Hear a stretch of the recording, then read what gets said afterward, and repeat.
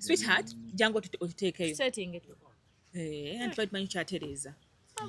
Anyway, tulina ne mwami Bule. Abantu bayiza abaana babayiga bino ebigambo by'oluzungu byesaawuliranga. Ng'ebiriwa. Bagamba anywho. Abagambanga anyhow, bagamba anywho. Ate balina engeri bakyogeramu. Anywho, n'ayongera mu maaso. Ekigambo ky'oluzungu kye nasooka okuyiga ekizibu ekyankanga ennyo bakiyita often. Kati nga tikyatukuba. I did not say often.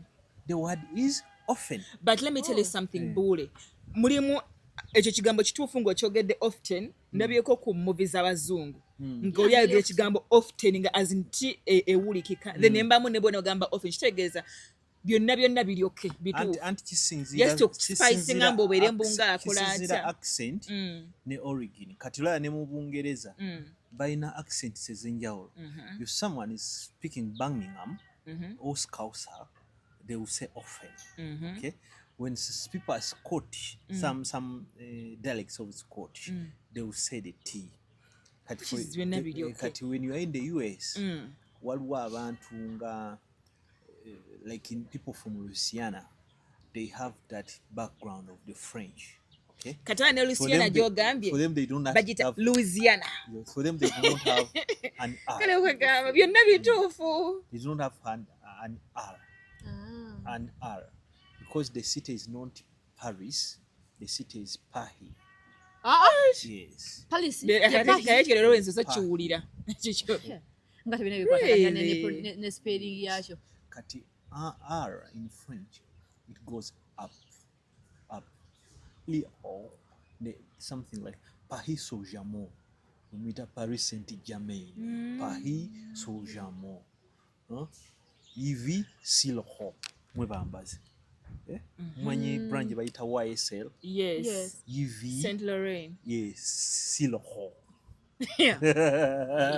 Ate abagamba Jose. Bachaba ate. That is Spanish and Portuguese. It is Jose. Ate abatugachoza nga tijje nga H. God. Nega kati obuzibu nti obuwandiika. Bobiwandiika ffe wano abayina the francophone countries, we read what we see. But French, you must grasp the pronunciation. There is nothing like a zero. It is zero. Zero. Malala genga basumbu wabula. It's a romantic language which you guys need to learn. Kati nenga obokwana omuntu biyinza okukalubamu. Ngokwano mu yereme muri tyamo. Ekyo kyate olulimi ki? Spanish. Tame, yeah, it is the French jeton. Okay.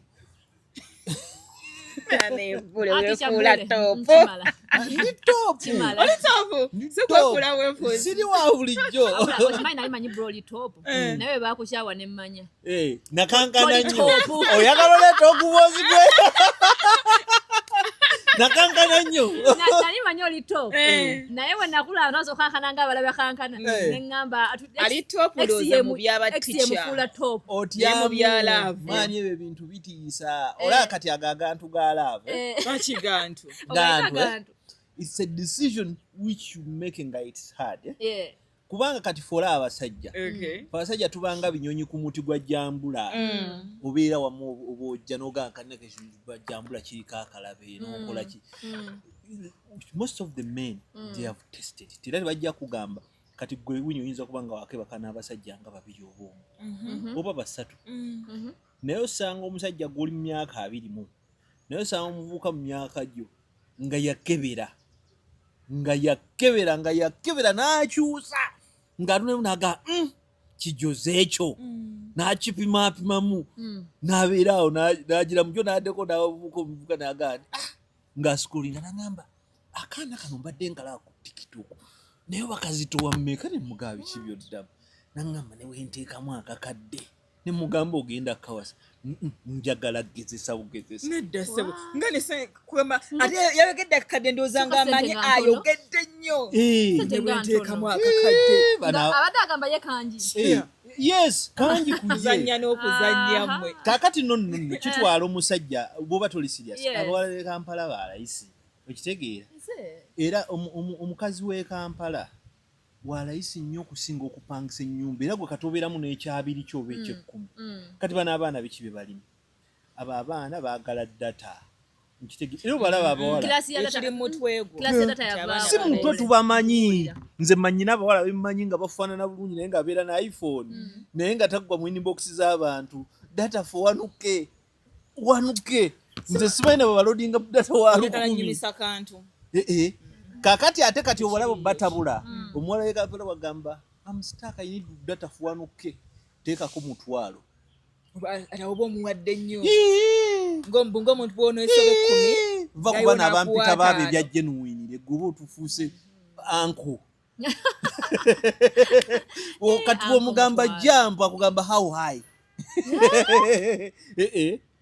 abaana tebalina kiddako era mulimu abantu nze obasanga abo naye nze manya abawala b'e Kampala bantu topu nze sire chipusi za ku luguudo kiziina buzibu kubanga you know I usually ngenda n'entunula bwenti oba osiika chipusi nendaba amazzi g'oyoza wali eri g'oyozamu ebifu nendowooza nemmanya nti nze banjanjabira ku muki ku Nkwaya General Hospital ekitegeera oba bwe mba ndi mu bwangu ngenda ku Sikea kati bwe ntunulira budget eyo ya food poisoning bweneebeeyo nga nkulekera chipusi ze zaaki ez'okukuba kati nze abaana bakugamba ngulirayo kale chipusi za 5 amstak ate oyogedde ku kyobucyafu ne Rolex togirya Rolex kubanja abo ne bali enjawulo zira katambala ke basimuuza ku frying pan eyo oyo bagisayira Rolex erinyanyo olyo chapati ezange nazirya nenzimalayo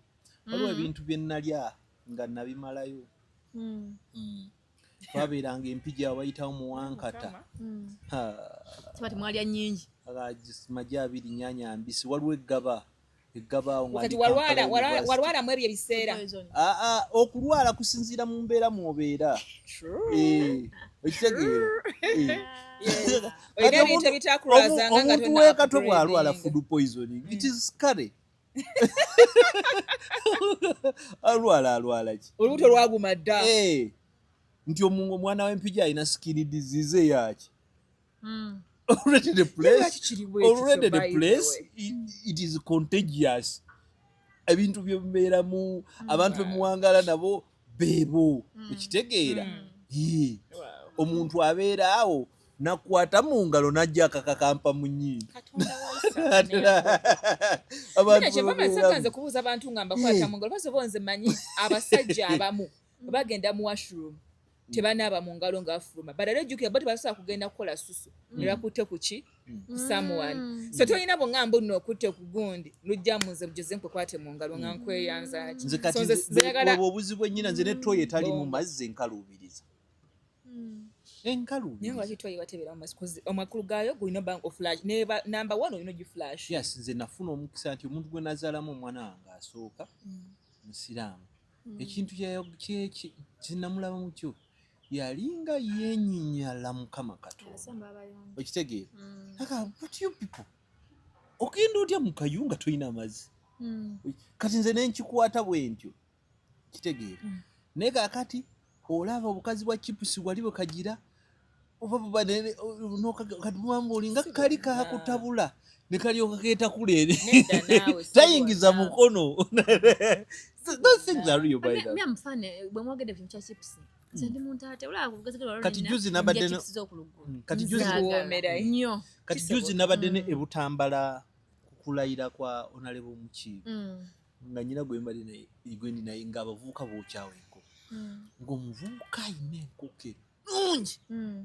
ngenda otunula wali wansi maama ng'omuswera ekiveera amazzi gadagira obuwuka bufudde wano ku muliro nga nsasudde ne mugamba ezo zisigaze mpulira ngenda sigenda kulya nembulala kwena akajanja kati ako ino keteekamu consequences zijja mu bulamu kuba olina akajanja oba ojja zifeesinga naye enkoko enjuki nedda ebintu bino bitubaamu nga mu bulamu tuba mu bintu nga tulowooza byakusaaga ekitegeera nga naye byebyo ekitegeera kati kankubuulire ono omwana Winnie omulaba Winnie nebuuza nkanakana kato ekikazunza ku mmotoka kyekyaki but Winnie nenjagala gyayagala okufaanana obulungi byayambadde she can't live without a car baba anayambala dress ye ng'efaanana bulungi ajja tuuka ng'abunye enfuufu ku ddembe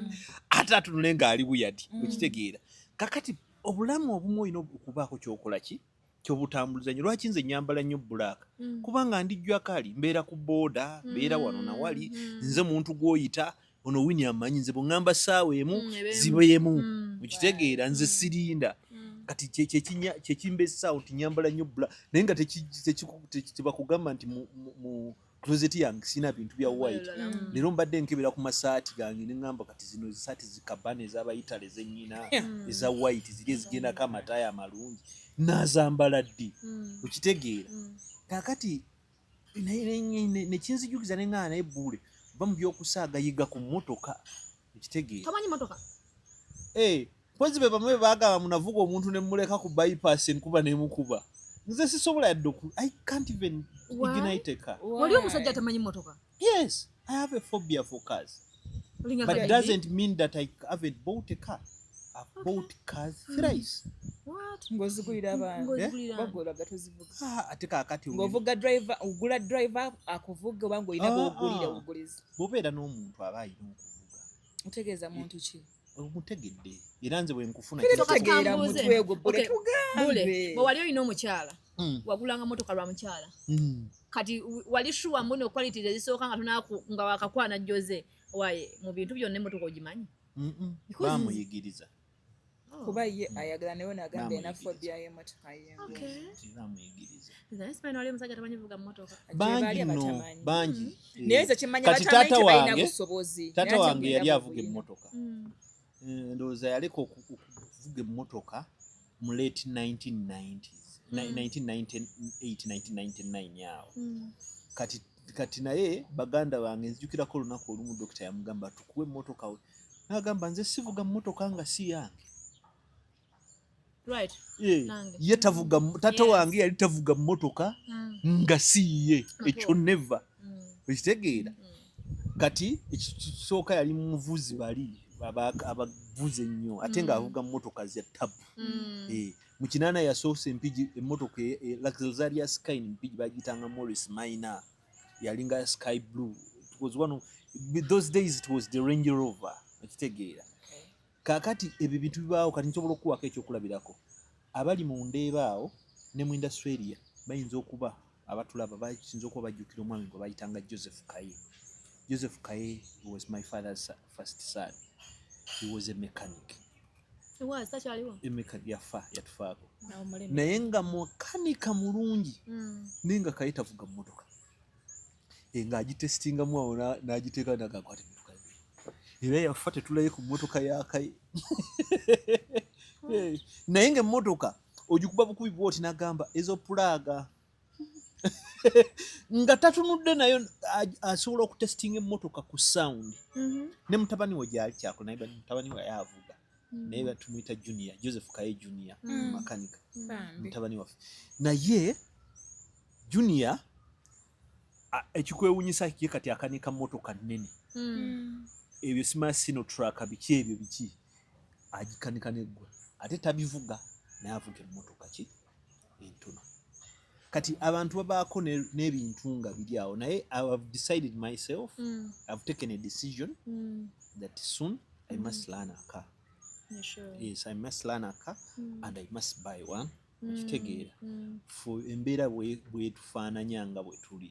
Bakweya eno Anita. Bakweya amafuta mangi. I know. Muli motoka gyasooka nga bakwadde ya bwerere. I don't want to buy a car for luxury. I want to buy a car to ease. Means of transport. For mobility. Okay. Yes. Temwanyanjudde. Weyanjule abatulaba amanya gange nze Gabriel Buule. Omukutu tuliku Jose and Winnie Diaries. Jose and Winnie Diaries. Kyembasaba toyimulina kyofunamu okubeera nga wasubscribinga ku Nigeria nga Uganda muno waali. Kitegeera. Kati ate ekirala mwe mutera nnyo basisinkana ne mugamba bule tetulina YouTube bazina abantu bali serious abantu bava wemula. You found quality. Sure. What do? Kwata sheno naddala mu abangoberera muli bangi. Kwata sheno giteeke ku status yo obagambe mu subscribing ekyo kyokka. Ate bo subscribinga laba ekitegeera tekina kyogenda kuvaako bayira tolina ekitegeero ojja kuba wagidde guno omukutu genda kuba bajja kubanga baba content ow'enjawulo 100%. N'abalala mulange mulimu abantu abagamba abantu tebannawera please gwawoza abantu tebannawera. Have you ever got 100 customers a day? No.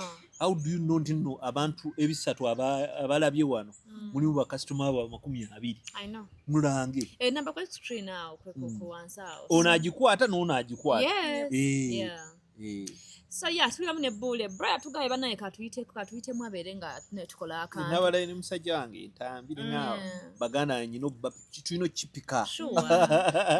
Era tujja kubangawo tukipike. Nawe kyali ku Daily Monitor.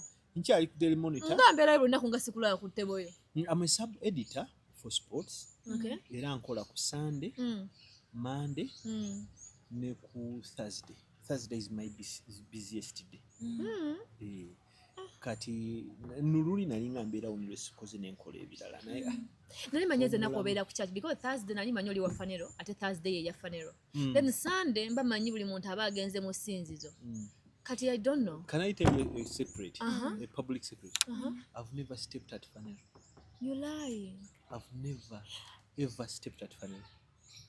But I've prayed with Fanero online every Thursday frequently. Okay. Wow. Why Fanero? Why Fanero? Akati enjiri ya Uganda wano yakyukamu. Enjiri yaffe y'ababbi. Most pastors are thieves. Pastors are rapists. Pastors are manipulators. Pastors exploit. Not all of them. Kati okusanga omusajja nga Bugembe. Agenda okubuulira nakugaye munnange sabanga bw'okola tibasangika. Okusanga Apostle Grace akugambe nti teweesaasira sirekera okwesalira omusango ekitegeera tebasangika. May like the gospel of grace. Fanero yomera gundi bwera kinyizako juice Bruno ke. Yes, Apostle Grace Lubega. Very good man. N'abantu abali ku Fanero bakwagazisa Katonda. Fanero waliwo muwala simulabanga nako. Abatanjagala bali bagamba n'okugamba nti mukwana. Era madenga ndakugambe wale abakola bonna. Muwala simusisinkanangako bamuyita Dollar for Christ. Abafanira mulayika mumumanyi. Abeera nnyo abeera asavinga.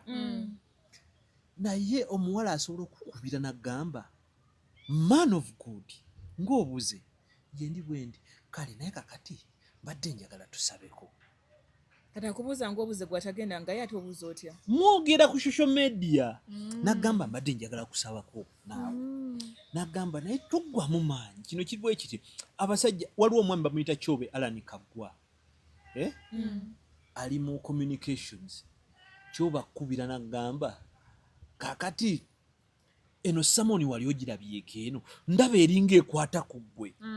Okitegeera. Kati ate Fanero ekiriyo. Ogenda mu kyaki nga kyaki omusumba agenda kuvuma ono. Omusumba yamanyi abasiyaga baani. Omusumba yamanyi ababbi. Okitegeera. Nga musumba ye yafuukamu Katonda. Okitegeera. Kakati Apostle Grace amala Samoni. Nga tawulyogeddeko ku musumba w'e Kampala no. Naye bo bayinza obutamala Samoni nga tamwogeddeko. Okitegeera. So where you feel comfortable, you keep up with that. Okitegeera. Ekyo tekinzi kyako nti ndi mu Katuliki omubatize. Yes, ndi mubatize. Omanyi Catholicism, the sacrament of baptism, it is lifetime. Era tebakulimba. Ffe mu Katuliki bakubatiza. Oli mu Katuliki kiringa ne celibacy. Bw'obeera father tukulabanga father forever. Ne bw'owasa era tugaba ekisejja ekisiru kifather kyawasa.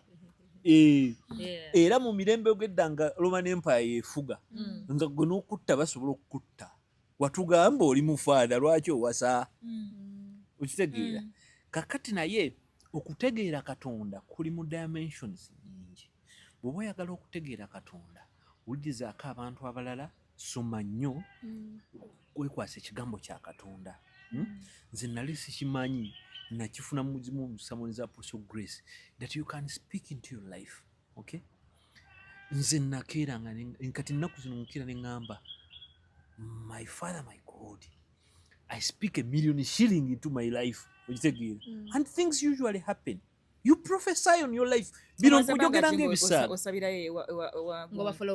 ngamba following it's now where but I told you about that. Yeah. Yes. Relationship It was that bad. It was that bad nti saamanya Katonda n'abantu be nali mmanyi nabo bamanya Katonda wali mukwano gwange nnyo wafanire bamuyita Maria akola keeke mugule keeke za Maria sigwe ya training nnyo nga wakawukana ne mwayawukana ne Joani nga bagamba no gozizaako erinnya ninge yali wulira bamuyita Maria gowaza kwa mukazi wakati Maria mukwano gwange nnyo muganda wange actually ne mama bino wabira ne kakati mulimu abantu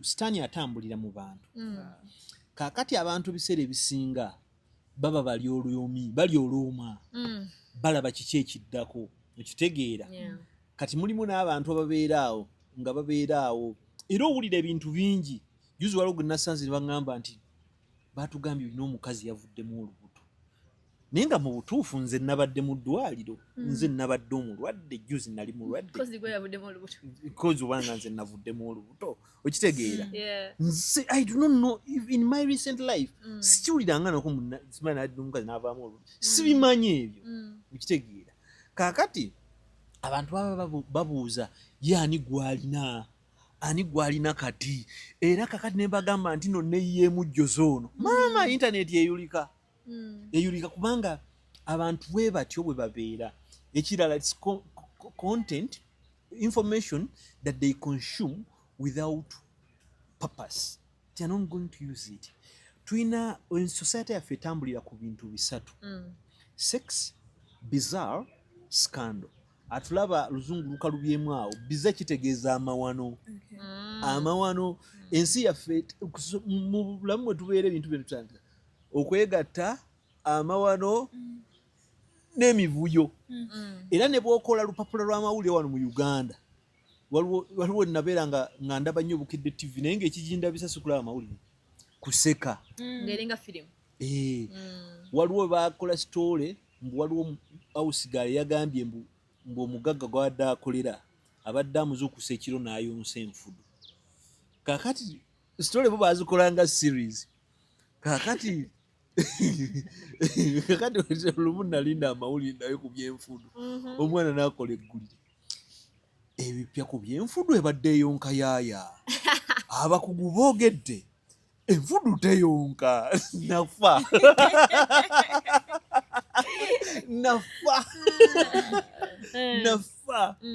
kubanga it is unimaginable omumwa gw'enfudu tegwenkana lugalo lulu gunyonka gutya ennywanto ya mwana muto okitegeera ebintu ebitakwatagana bibaawo mu mawulire era kyova olaba n'empapula ezasinga otunda wano wabangawo olupapula kamunye jose waluwulirako red pepper onioni okitegeera onioni wali muto nnyo onioni yali wano nga bali batambula mu bbaala kugenda kulaba muwala asitamye ng'ekyo nga kijja goba akalega kayiseemu nga bo ge mawulire gaabwe nga babeera mu makooti ani ayawukana n'ani bino ebya divorce okukola kyo okukyakaala tebitandise kati red pepper yabeeranga mu kooti mu family kooti kati bagagga kyabaawukana biki bye boogedde okitegeera nga bakwata ezo cross examinations nga ziba zireeta nga ge mawulire getukola ki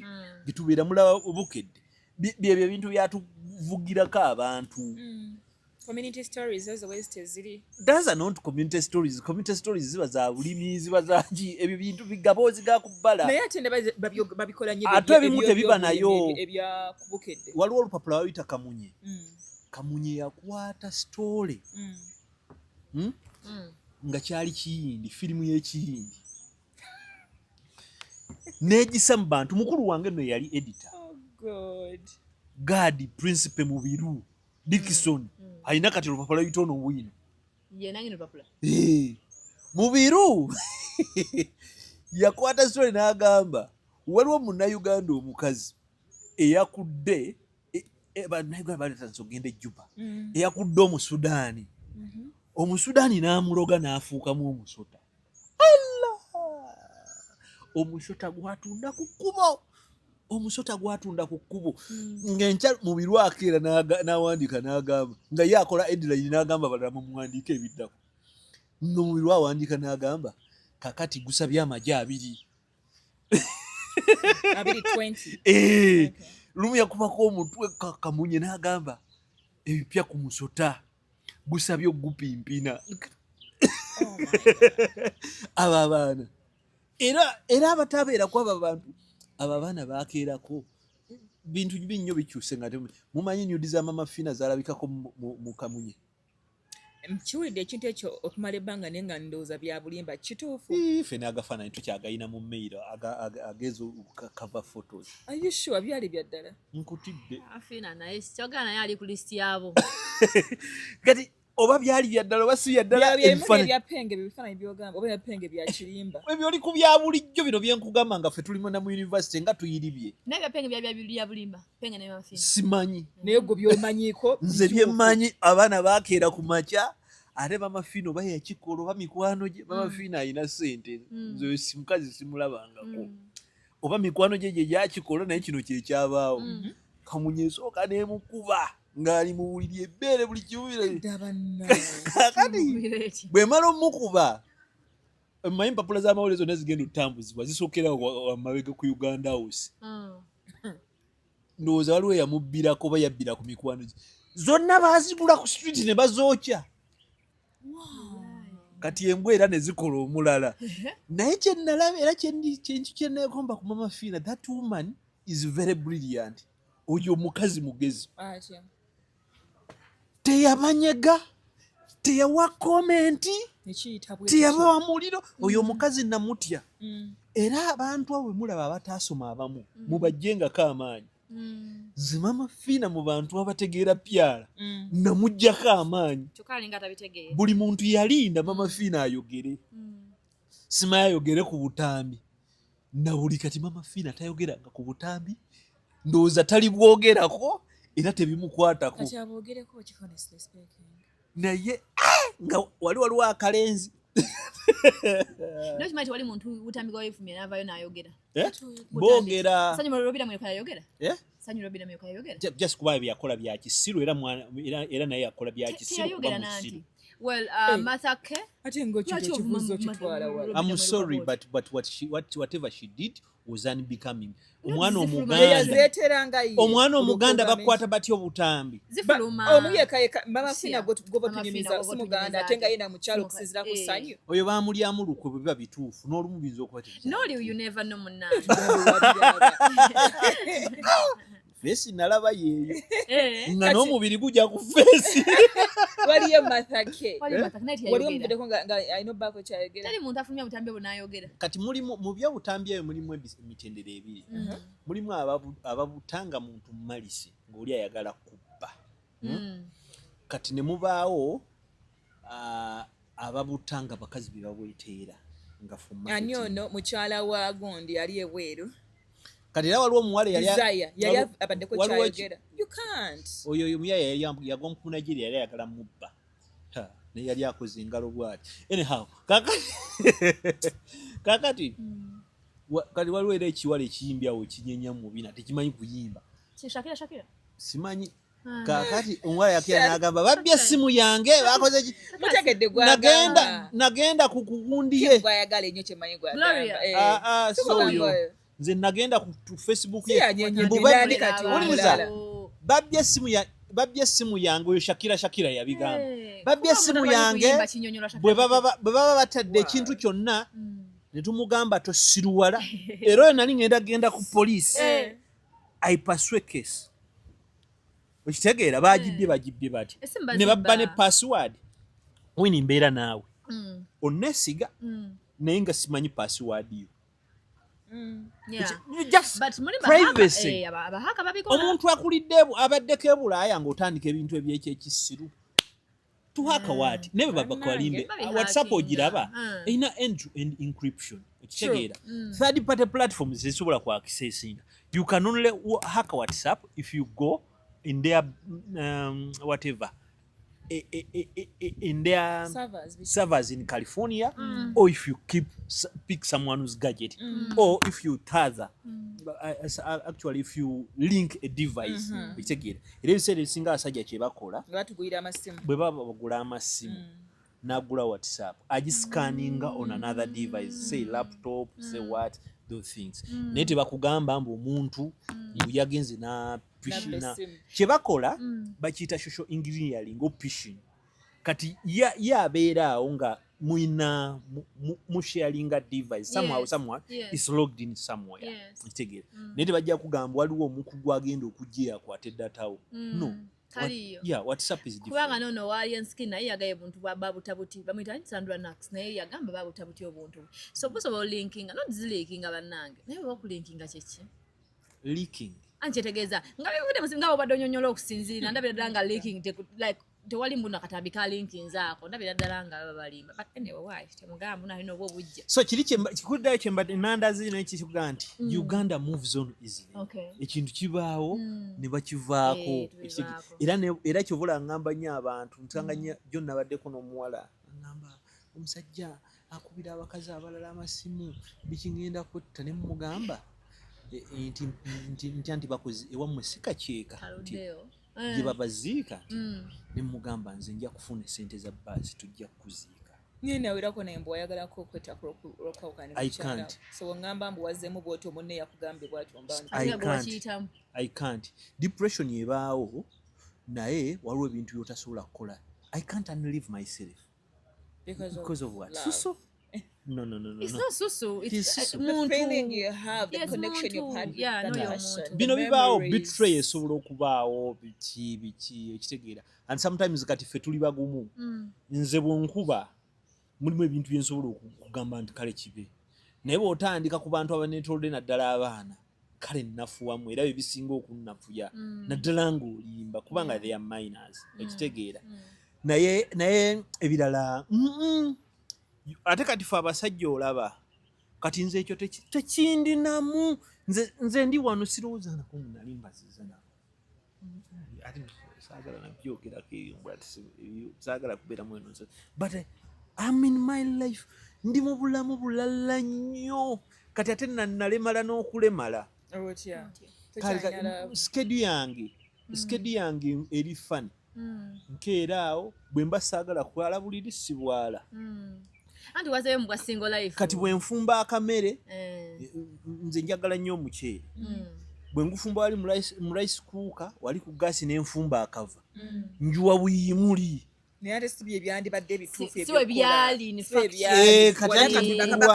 ate ani abandaba n'akatunda nkakuba yanjawulo nga totaddemu maanyi n'akatunda nkakuba butungu tebukunyiridde kubanga bwe yali ewaka wajjanga zino ogenda ku dining oba n'ogenda obuliri osanga babwazi ne kati kyemanyi ogamba tokyatawana kyemanyi kati ndowooza gakuba ne wiiki amasuuka nga gaky bagooza waliwo Brenda ajja n'agooza ate ayoza buli kanaku era yakukyusiza bakozi ababeera awo ku kyalo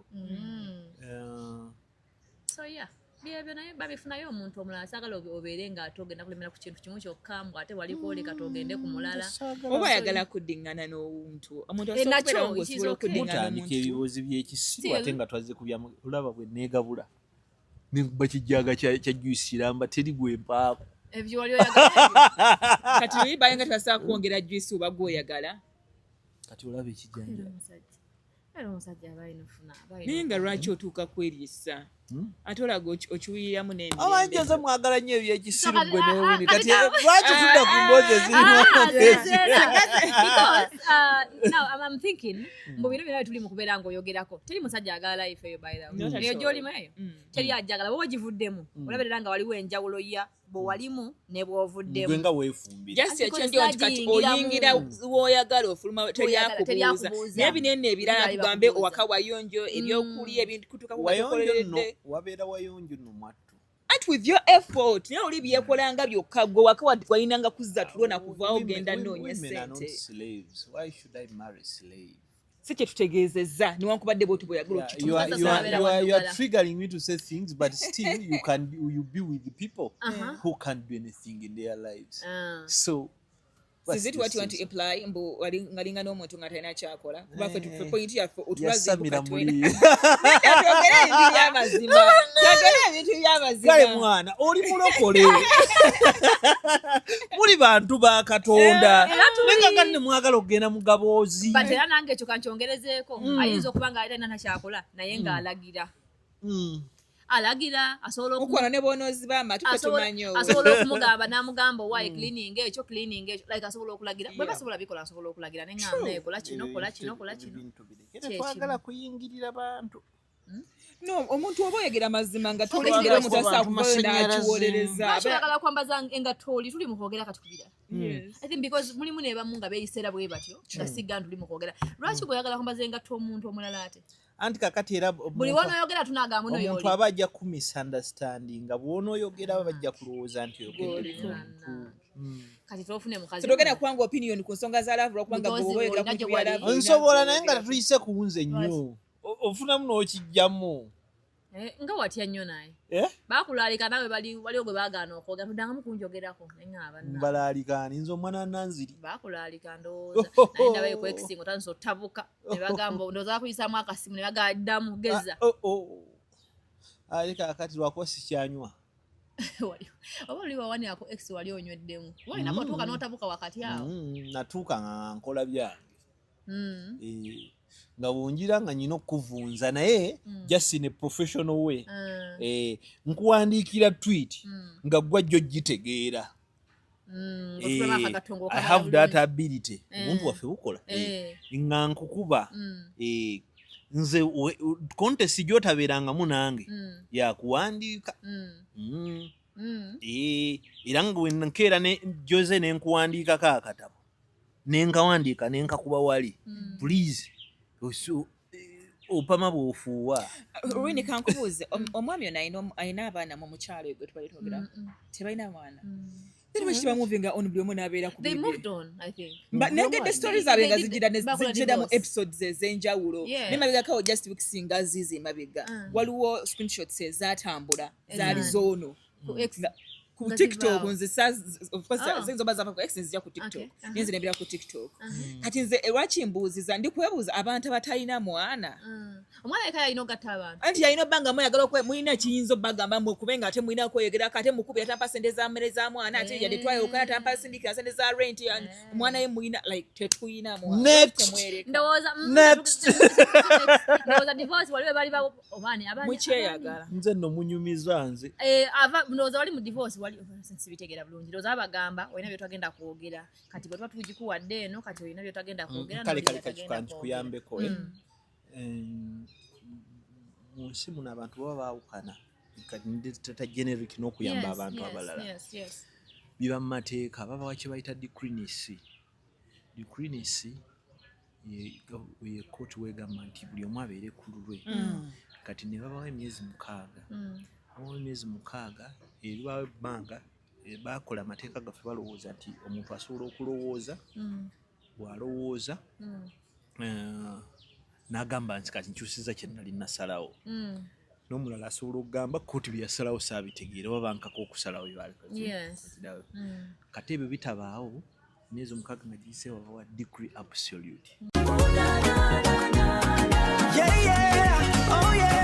Spilling the tea, get the inside scoop. Join Join the dynamic duo, plug into the loop. Jose and Winnie, diaries. Got that fire, no apologies. Conversations that inform and inspire. Taking entertainment to a level higher. Come on, come and catch the vibe now. Ooh, na, na, na. Hey! Come on, come and catch the vibe now. Jose and Winnie.